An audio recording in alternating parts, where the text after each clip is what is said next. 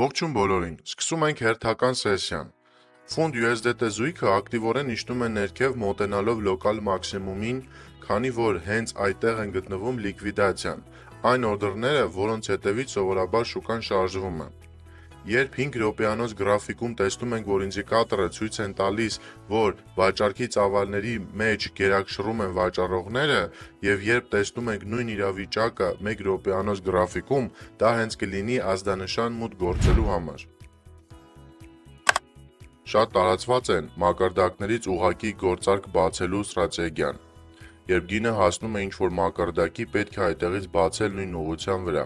Իհարկե բինարնի թրեյդինգը այդքան էլ հեշտ չէ, ինչքանով որ դեռ սկսնակները կարծում են։ Հենց նաև շատ դեպքերում գինը անցնում է մակարդակից եւ գրանցում են մինուսներ։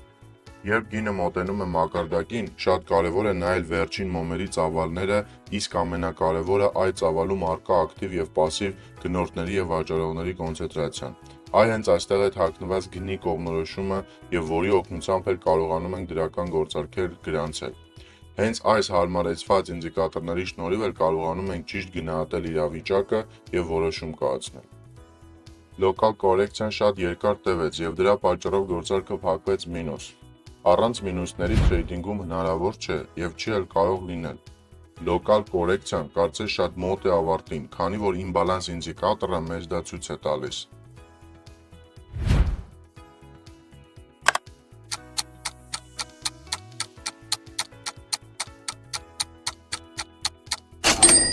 Գործարքը հաջողությամբ փակվեց պլյուս, քանի որ երկրորդ գործարքը բացել էինք 200, ապա փակեցինք անցած մինուսը եւ մաքուր պլյուս ստացվեց 84։ Թրեյդինգում ամենակարևոր պահերից մեկը այն է, երբ փակվում է անհաջող գործարք, սկսվում է պանիկա եւ արդեն ոչ adekvat վերլուծություն եւ սկսվում է իհարկե բացվել չգիտակցված գործարքներ, որոնք բերում են միանշանակ բալանսի լիկվիդացիայի։ 5 րոպեանոց գրաֆիկում պահպանվում են վաճառողների ծավալները գերիշխել, իսկ 1 րոպեանոցում տեսնում ենք հակառակը, կորեկցիոն տեսքով։ Պետք է սպասել այնքան ժամանակ, մինչև ավարտվի գնորդների կորեկցիան եւ նորից գինը իջնի ներքև ձգտելով հասնել լիկվիդացիոն մակարդակի։ Հատկապես բինարնի թրեյդինգում շատ կարևոր է լինել հավասարակշռված եւ կայուն վիճակում։ Մինչև թրեյդ անելը շատ կարևոր է լինել լավ հանգստացած եւ ոչ էմոցիոնալ վիճակում։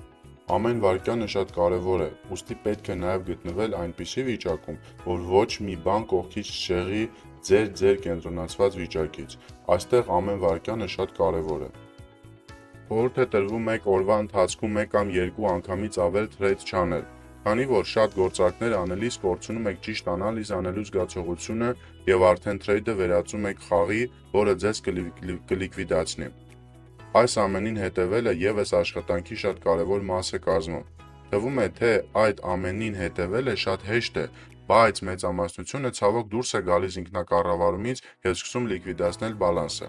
Եվ տեսնում ենք, որ ավարտվեց կարճ կորեկցիա դեպի վերև եւ սկսվում է վաճառողների դոմինանցիան 1 րոպեանոց գրաֆիկում։ Սոցցանցերում նկատել եք թրեյդը խաղի վերածած բլոգեր ռեֆերալներին, որոնց խնդիրն է ձեզ ուղակի ներքաշելը հարթակ եւ թրեյդը վերածել մի հեշտ խաղի, որից հետո դուք շատ արագորեն կկորցնեք ձեր բալանսը եւ որից էլ տոկոսներ կստանան իրենք։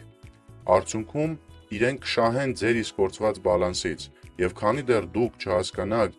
այս ամենի լրջությունը, չեք սկսի լրջորեն խորանալ թրեյդինգի մեջ։ Ամեն ինչ հեշտ չէ եւ ոչ էլ ճարահեղ դժվար է։ Խնդիրը միայն լուրջ վերաբերվելն է եւ սկսել սովորելը պարզապես։ Այս սեսիայի ընթացքում կսահմանափակվեմ 3 գործարքներով։ Չմոռանաք բաժանորդագրվել մեր ալիքին ավելին իմանալու համար, ինչպես նաեւ միացեք մեր Telegram-յան ալիքին։ Անվճար վիդեոդասերի 5 ինդիկատորների հասանելիության եւ անվճար էլեկտրոնային գրքի եւ փակ խմբին միանալու համար գրեք մեր support-ին։ Փակ խմբում on-line օգնում են վերլուծել մասնակիցների ստացված եւ չստացված գործարքները օգնելով հասցնել կատարելության։ Պրոֆիտներ եմ մաղթում բոլորիդ, հաջողություն։